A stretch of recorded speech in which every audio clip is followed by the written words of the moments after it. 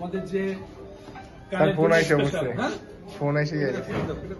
আমাদের সহযোগী অধ্যাপক প্রফেসর হারুন উনি আমাদের ইপলিস ম্যানুভার দেখাবেন।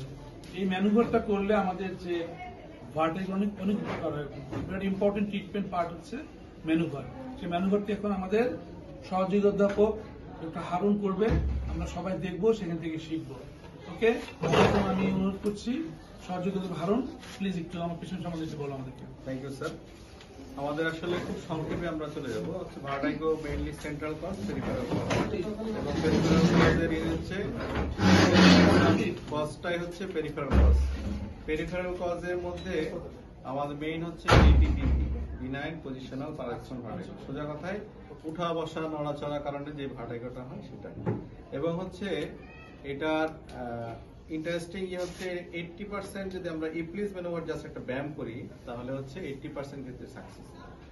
80% মানে মিরাকল। আমরা অনেক রোগী আমরা করি, দেখা যায় যে করার পরপরই সে ভালো হয়ে গেছে, ঠিক আছে।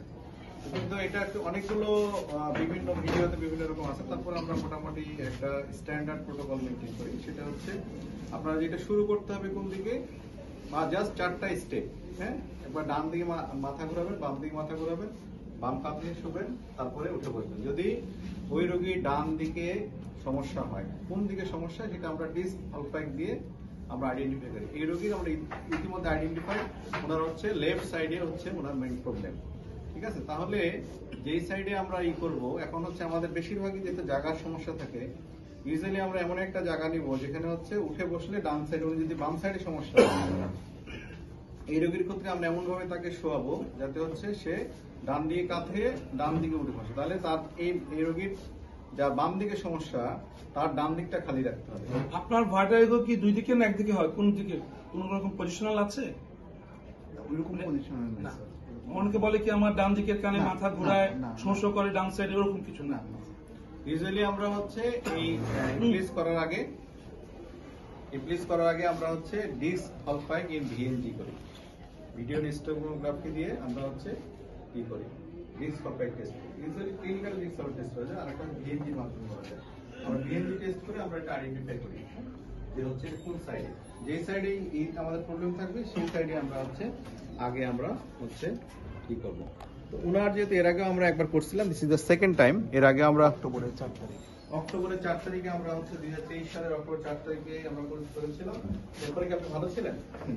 এরপরে উনি পুরো ভালো ছিল, এবং আলহামদুলিল্লাহ এখন আমরা আবার করবো। আমরা আশা করি আমরা আবার সাকসেস হবো। এবং রিসেন্টলি আমার কাছে একটা পেশেন্ট আসছিল, সে 2019 সালে আমার কাছে একবার রিপ্লেস করে গেছিল।